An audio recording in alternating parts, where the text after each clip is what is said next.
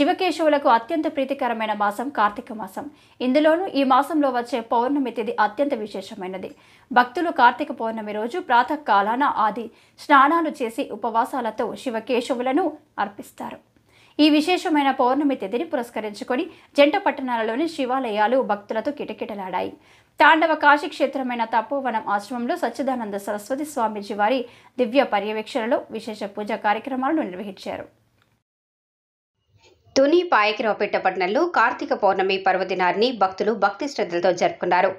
తాండవ కాశీ క్షేత్రమైన తపోవనం ఆశ్రమంలో శ్రీ సచ్చిదానంద సరస్వతి స్వామీజీ వారి దివ్య పర్యవేక్షణలో విశేష పూజలు నిర్వహించారు.